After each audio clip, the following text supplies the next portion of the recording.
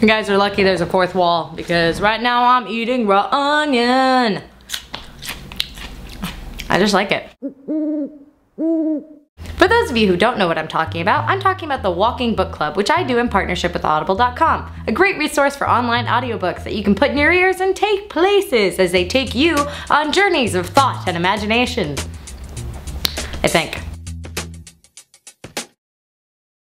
For those of you who went to audible.com/yourheartdough and downloaded the book, this review will be relevant to you. For those of you who didn't, please enjoy as I review this book you haven't read or listened to. So, this week for the Walking Book Club, we are reviewing Mindy Kaling's Is Everyone Hanging Out Without Me and Other Concerns.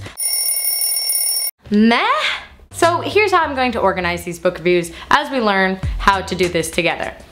So this is one method of organizing this book review. 1. The negative. I didn't really relate to Mindy Kaling as a character. I don't think that's a fault of the book. I think that personally I just chose a book that I don't really relate to. You know, if I was gonna read a book about an aviation pilot talking about how not scary it is to go up in a metal tube in the sky and fly around, I wouldn't be able to relate to that. I feel no feeling of freedom soaring through the air. I'm literally just counting my breaths until I'm back on the ground. I don't think we were made to fly. Back to the point. But the one part I did find to be relatable was where she talked about body image issues.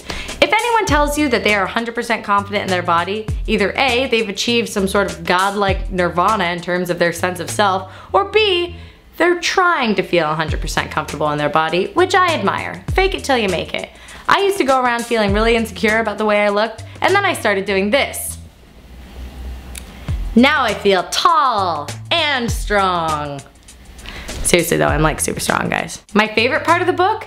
There's a section, it's very brief, where she talks about how nerdy people like to play Frisbee and how Frisbee is the sport of artistic kids. Frisbee people are insane. They're just as enthusiastic about sports as any other sports enthusiast. I don't get sports. I tried to do the track team. I ended up being the manager for the track team because I liked sitting on the bench in the shade and watching people run.